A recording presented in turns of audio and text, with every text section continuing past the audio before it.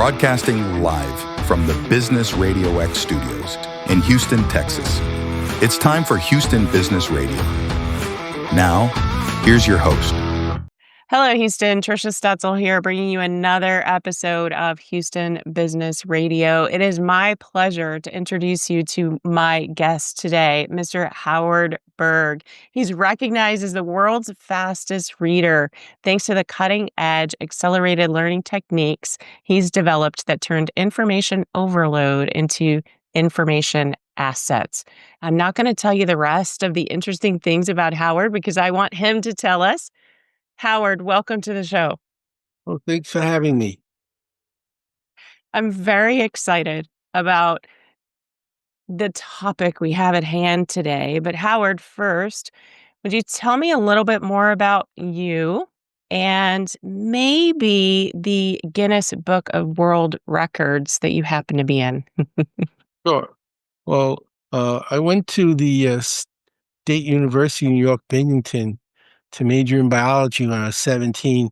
And in my junior year, I got interested in psychology for learning in the brain. There's a branch of biology called psychobiology, not psychotic biology. That's Frankenstein. It has to do with learning and cognitive activities. So I went to the dean and he said, "You're a second semester junior. You haven't had one psych course. You only have 1 year left. You'll have to do the whole 4-year curriculum in 1 year and finish the bio curriculum at the same time. You'll need to take 6 science courses, 2 4-hour labs." And I had 3 jobs. I was working on the side 18 hours a week. He said, "You're not smart enough." And that's when I realized they don't teach learning in school. They tell you what to learn. They tell you why to learn. They tell you what'll happen when you don't learn. But they don't tell you why you hear a song once on the radio and you never forget it. And then you read 7 Habits of Highly Effective People, and the next day you don't know a single habit. I said, there's got to be a way to learn things that matter, like you learn songs. And it got up to 80 pages a minute, which got me in Guinness in 1990. No one's ever replaced me. And I did the 4-year psych program in 1 year, and I got an 800 on the GRE in biology. It's like a graduate school SAT. I went through 48 books in 3 nights, like cell physiology, genetics, uh, biochemistry, plant systematics, not the lightest reading. So when people say, "Do you remember anything?" I got 3 questions wrong, and I was in the 99th percentile in the world. So I'm going to say, yeah, I remembered it. And then I started a school in Dallas. It was for homeschoolers. And the average student was graduating high school with 20 to 45 college credits.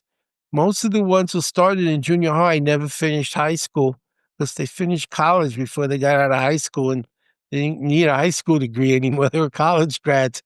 Many of them were working on their masters when they were 18, 19 years old. And it was very exciting. And we could talk a little about that today. Yeah, absolutely. So, Howard, you must be a superhuman.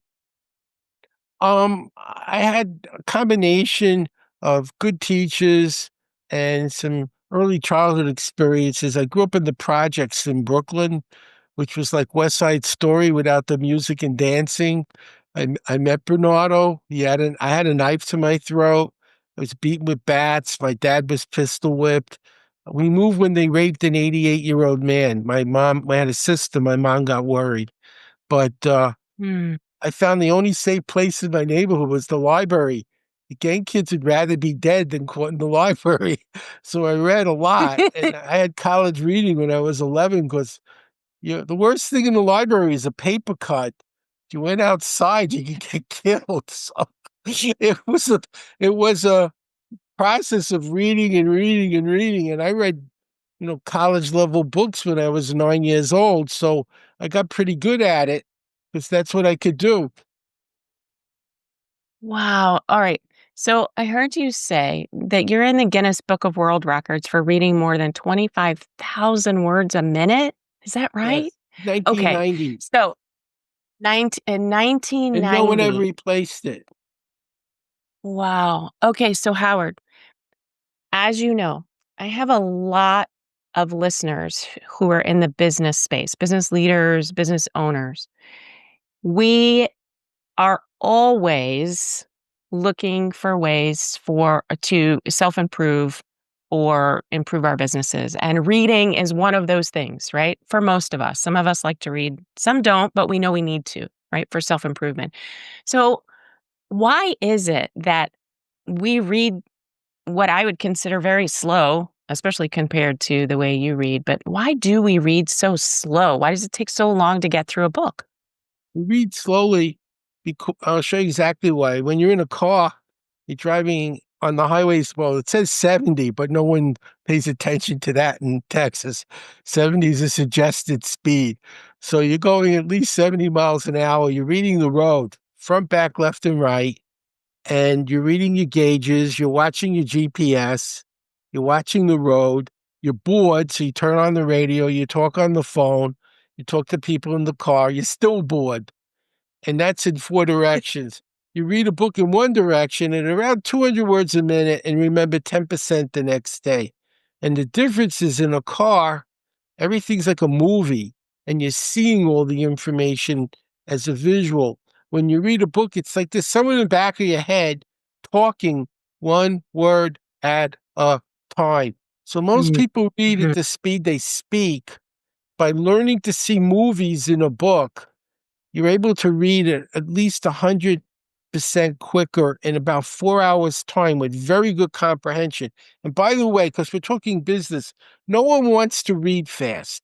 That isn't the goal. The goal is learning fast. If you're in business, imagine if you could learn a new skill in an hour every day. Uh, Internet skills, marketing skills, public speaking skills, emotional intelligence skills. In 365 days, you'd have 365 new skills. What would that do to your business? It's the learning. Reading's a screwdriver or a hammer. It's a tool.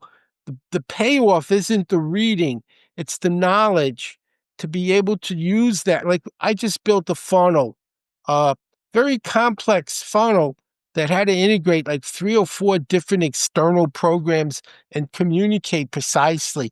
And I never did it before. So I read how to do it and I made a funnel. That's a business decision. Most people would say it's too hard. I don't know what to do. There's too much to do. The difference is I know how to learn. I took the information and I applied it. When you want to make more money, you're not going to make more money working more hours. You're going to make more money making more money per hour. And the way you do that is beefing up your knowledge base. With AI coming in, a lot of the businesses we have today will not function successfully in 10 years. That's Bill Gates saying that. So you have 2 options. You could be Blockbuster. Look how well that worked out. Or you could be Netflix. They started off with DVDs and they don't use them anymore. They're very successful online. They learned to morph their business model along with the market. And that's what people need to learn. That just because you're making money today, ask Sears and J.C. Penney how well their business model is working for them now. And the interesting thing is the second richest man in the world, Bezos, used their business model. He took the catalog that made them rich in the late 1800s and early 90s and put it online and called it Amazon. They had the business model. They had the marketing, they had the products, they had everything, but no one said, why don't we put it online? He did it, and now he's the second richest man in the world. They're going broke. That's the difference between someone who knows how to learn and has a vision for where it's going and someone who's using what's worked successfully for decades. You can't run a business today successfully by staying in the model you have. You have to have the vision and the skills to take it to the next level, or your competition will. And ask Blockbuster how well that worked out for them. Oof. Okay, all of that resonates with me. And I love that you said learning faster. So it's not about reading faster, it's about learning the material faster. So can you give us some tips on how we get from just reading 200 or less for some of us words per minute because we're concentrating on each word to getting to a space where we're learning faster? Absolutely. I'll get you 20 to 40% faster in about 90 seconds. So when I'm done, pick a book you've read, preferably nonfiction, so that the only thing confusing you is the speed, not what's in the book. If you're trying to learn quantum physics and reading fast simultaneously, neither thing will go well. So for learning something we know and understand, the only reason you don't understand it is you went too fast. That's why pick something you understand. Read for a minute Okay. with a timer and see how far you get. Don't do anything. Just read the way you would read now. And then when the bell rings on your phone or your watch, put a little mark in the margin with a pencil. Now go back to the beginning where you started. Take your hand and go across one line at a time with your eyes following your hand. And this is the key, as fast as you could comprehend. That's why you want something you understand. So as long as you know what you're reading, go quicker and quicker and quicker till you don't. And that's when you went too fast. So now slow down just enough that you can understand. And for about 5 minutes, go one line at a time, fast as you can, with comprehension. If you don't know what you're reading, it's too fast. At the end of the 5 minutes, get your timer and test yourself on the same section again and read for 1 minute using your hand to go as fast as you could comprehend. And that little pencil mark that you had in the first minute, you'll blow past it by 20 to 40%. Just doing that one change. Wow. Okay, so we'll use our hand to guide our eyes across the words, right? From left to Keep right. moving. Don't stop. Oh, Keep moving. If you see something interesting, got it. keep going. Don't stop. Okay. Keep going. And you'll see a dramatic improvement. Okay. So, how do we get past wanting to look at and read every single word that is there? I understand the exercise, but That's I the think point of the my hand. brain. The hand is like Yeah. a Okay. conductor in an orchestra. Got it. It keeps your brain engaged. It keeps you moving. It's the hand that moves the eye and overcomes the temptation to slow down. Okay, totally makes sense. So, Howard, I know that you have a school or a way to actually dig a lot deeper into how do you get much better at this. So maybe we could probably not get to 25,000, but something much better, No, I wouldn't much better expect than that. 200. A realistic Yeah. goal would be 100 to 400% in 4 hours with good comprehension and retention. We did a double blind study, and everyone in the 100-person group at least doubled. Some tripled and some quadrupled, but everyone at least doubled with no loss of comprehension. Wow, that's fantastic. So, if people are already interested, Howard, and connecting with you and learning more about how to dig into this and get even better, how do they find you? They go to howiereading.live. I do a monthly live class, personally working with them. It's not recorded. It's me. And then I do 2 masterminds for free afterwards where they have the chance to ask questions. Like, I'm not sure what Okay. I'm doing you right, or they hear other people's questions and learn things they didn't even realize they should have asked. And I give them 2 free masterminds to make sure they actually learn the skill. And I'm not just doing reading. I'm doing reading to find what I need to know, and I'll teach them what to look for. Now you found what you need to know and you don't understand it. That's not a reading problem. You read the calculus book and you can't solve a problem. You know all the equations, but what do you do with them? You have no idea. That's a learning issue. So you use study skills to connect the dots and make sense out of the information so you can actually use it. Now you got to remember it so you can use it when you need. That's a memory skill. And then I teach them emotional intelligence. What if you get nervous taking tests? What will it do to your performance? What if you get nervous speaking in public? A lot of professionals are uncomfortable doing what we're doing.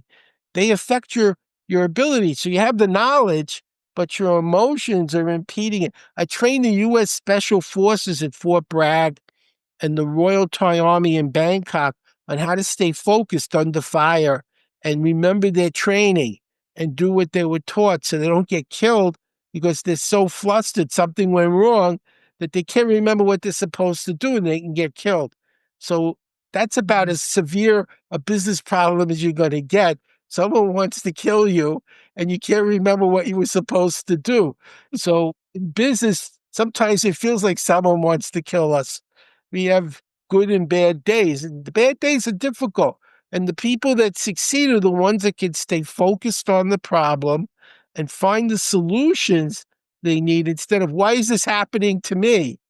Well, I taught them, I'm going to teach you a secret with that. I taught them the single best question you could ask when you're having a business problem or stress or you're getting shot at. What's the next best thing I can do now? Instead of, this isn't fair. Why is this happening to me? Waste of time. You're digging a deeper hole and commiserating. What's the next best thing I can do now? Your brain looks at the problem, looks at where you want to go, and starts showing you options to go from where you are to where you would like to be. Much better than saying, why is this happening? It isn't fair. Maybe it isn't. So what? It's happening. We've all had days where it wasn't fair. And the people who are successful learn how to overcome that. They block off, they focus in, turn off that emotional noise, and remain focused on solutions to the situation instead of problems. I love that. That's fantastic. Okay, so I'll put the link in the show notes so that you can go and find Howard's information that he just talked about. It sounds like a great way to get started. I'll give you my email, Mr. Reader, MRREADER. That's my email at MSN. So if you have a question or you'd like to, I train companies all over the world. So if you're interested, let me know. You can come there or I can do it on Zoom, which is a lot less expensive because you don't have to have me fly out there. It's the same program. You'll learn the same thing. That's the beauty of what we're doing today. It's so much more efficient than it was even a few years ago. Absolutely. Mr. Reader at MSN. That's how you can find Howard. Okay, so Howard, I'm curious about um, when learning faster works best. Is it in the morning? Is it in the afternoon? Is it in the evening? When should I be practicing learning faster? The answer is yes. Are you a morning person? It works better in the morning. If you're an afternoon person, it will work better in the afternoon. And if you're a night person, it will work better at night. One of the things I teach people, and I teach speed writing, I wrote my last book in 5 hours. Find a time of day where you're most alert and focused for the most challenging mental problems. And what do you do in the rest of the time is things that are more work related, like I'll type in a database in my off time. It doesn't require a lot of thinking. I'm just putting a database together. So it doesn't we really rely on a lot of deep intellectual connecting of dots. It's just typing and listening to music. But when I'm looking to completely change something, then I'm going to focus on. I do a lot of my work when I'm sleeping. I can read 10 books in 3 hours, and then I ask myself the questions that I need answered that are in those books, but I don't have the answers yet. And while I'm sleeping, my brain starts looking at the questions and the data and starts pulling them together and forming outcomes. And I start seeing the information in my mind while I'm sleeping, and then I transcribe it when I wake up, and it's a new program. S- Can a regular human being learn that skill, Howard? What I do, it's what I teach. I teach people Mhm. how to do. I had 11-year-olds in college getting A's in a week. We took a group of 11 to 15. They were in Sugar Land, right near you, Sugar Land, Texas. Yeah. They did a Yeah. 30-chapter book in lifelong developmental psych, big book, in 1 week, and 15 out of 18 students passed the CLEP test for full college credit Wow. in 1 week of study on a sophomore college book, and they were 11 to 15. I'll give you another one, very interesting. This was in Sugar Land. Uh, one of the children, their brother had Down syndrome. So they decided they wanted to find a cure, and they weren't doctors. So they built a company, and they studied how to make a website, built it themselves, learned public speaking, In their first year of business, they raised 93,000 US dollars. They were 11 or 15 at the time, and they won the Silver Pyramid. That's the Oscar in advertising in Vegas. They beat Rotary and they beat Red Cross as the best not-for-profit business model in America. They were 11 to 15. Now think about it. If 11 to 15-year-olds using these skills could do that, what would an adult with a good mind for business, an organization, be able to do with the same skill that an 11-year-old was using? There's no limits to what people can accomplish with the right information and motivation. Absolutely. So business owners and leaders these days are time strapped, right? So here's the narrative that I hear from the people who are listening to us right now, which is I don't have time to go learn this new skill. So they just keep doing what they're doing. So what would you say to them? 4 hours. If you could double the rate at which you learn for the rest of your life in 4 hours, whatever time you gave, you'll get back in spades because you're going to be plowing through tons of data for the rest of your life in half the time and understanding it better, applying it more efficiently, and making more money. So that's 4 hours. And I do a money back guarantee, so they got nothing to lose. And I don't like giving refunds. I want to make sure people learn the skill. And part of it's because if you watch the news, does anyone think the biggest challenge is too many smart people making too many good decisions in the world? I think we need more people who can think and make good decisions. And that's how we're going to solve a lot of the problems we're facing as a species, not just as a country, but as a species. Energy issues, money issues, economy issues, health issues. We need people who can think. And my job isn't to solve the problems, but to empower the thinkers that can solve the problems to learn the information that'll solve the problems, because they'll look at 2 to 3, 4 times faster. They have more knowledge and they're smart. They know what they're doing, and now they have better data to work with. That can make a difference. So I alone will not solve all the world's problems, but I've reached over 1 million people. Nigel Conant Mm. sold $65 million worth of my program in the early 90s, and it was a recording. Wasn't even live or a video. And now it's me live working one-on-one with them in a live Zoom meeting. And Yeah. I would like to think I've learned a lot more since then. I teach new skills and keep it so it's not just books anymore. People don't read books. They read ebooks. They read information online, newsletters, news. They're listening to webinars like this, podcasts, Yeah. videos. So how do you learn anything? It's no longer just about books. It's about information. It's coming in various forms. Reading alone won't solve that. So I'm teaching them how to take notes on all these different things and what to look for, how to know when you found it, how do you learn it when you don't understand it, what do you do to remember it so you don't forget it, and how to stay in the right mindset to use it appropriately. When you do that, it doesn't matter if it's a book or a podcast or a video or even an audio. You're in a better position to master the knowledge. And that's what business is based on today. It's a knowledge-based economy. And what I'm doing is showing them how to succeed in that economy in 4 hours' time. So any business that can't afford 4 hours to double their productivity is in the wrong business. That is absolutely true. All right, and you guys heard it. Mr. Reader at MSN. Listen, you've got a direct line to MR, Howard. MR Reader, not MISTER, MR. Right. Yeah, MR. Sorry about that. So spell it out, right? MREREADER, just to make sure. And I'll put it in the show notes as well so that everyone has that information. Yeah, that you can just copy and paste. So as Go we get to answer the their back end of our questions. Very happy to do it. I'll even go on Zoom with them and dialogue. I'm really passionate about what I'm doing. The world's in trouble. We need solutions. I don't have every solution, but I know I can help people find the solutions they need.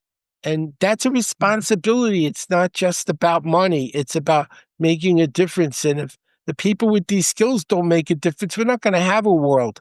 And you could see that very clearly by what's going on everywhere.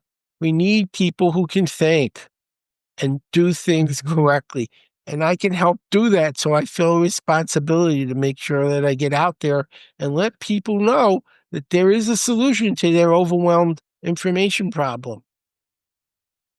I love that, Howard. Thank you so much for such a great conversation. So, as we get to the back end here, you and I were having a conversation about your Houston ties before we started recording. So, can you just tell your Rotarian story real quick as we close up today? So I lived in Dallas for 23 years, and I was a Rotary president at my club 3 times. And I speak at Rotaries on this topic, and a lot of the clubs are in Houston. It's a big city. So I'd get on the bus at Greyhound because I had to pay for it. I wasn't getting any money. This is all volunteer work. So I'd get on a bus at 3 in the morning, ride to Houston. I'd get there around 8, 9 o'clock, go across the street, rent a car, do my club, get back on the bus, go back to Dallas. I get home at 1 o'clock in the morning. And it wasn't for money. It was volunteering and making a difference. Rotarians are trying to make a better world. And we don't just do things for money. We do things to help. Uh, I'm doing work now. I'm trying to work with orphans to do live programs to raise money for the orphans to make.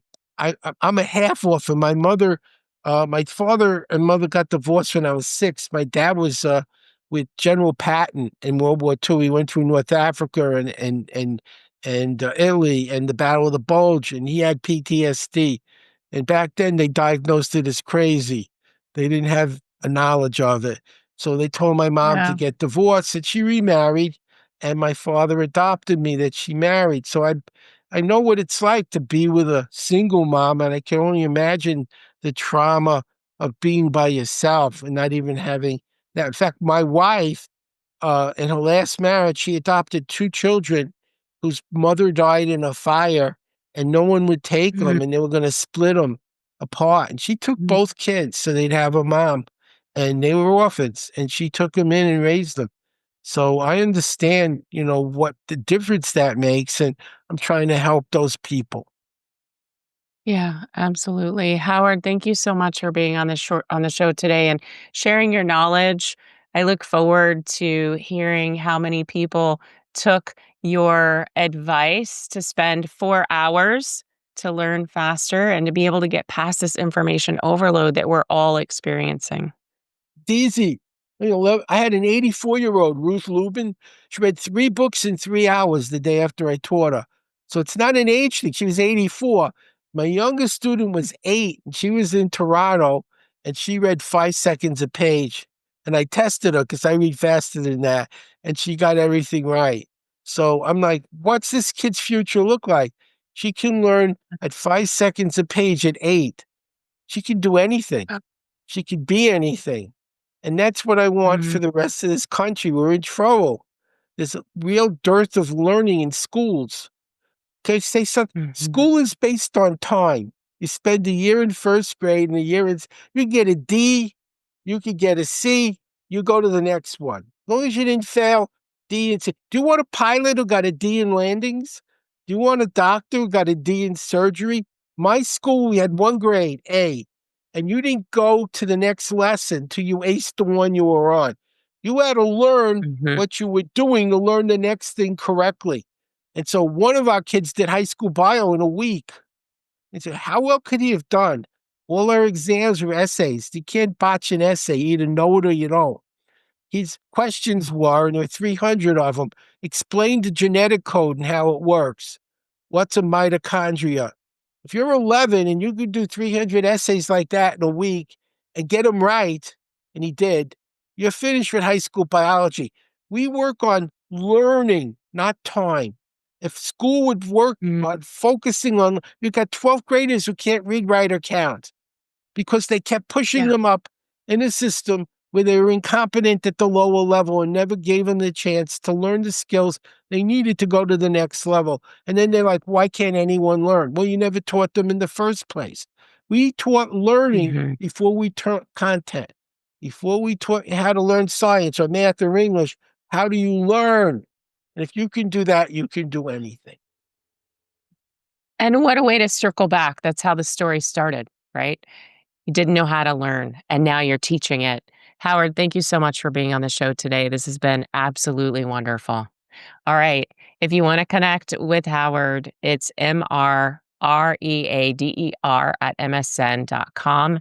He's happy to answer your questions and lead you back to all of these amazing programs that he talked about today. Thank you again, Howard. That's all the time we have for today. If you found value in this conversation, share it with a fellow entrepreneur, veteran, or Houston leader ready to grow. Be sure to follow, rate, and review the show. It helps us reach more bold business minds just like yours.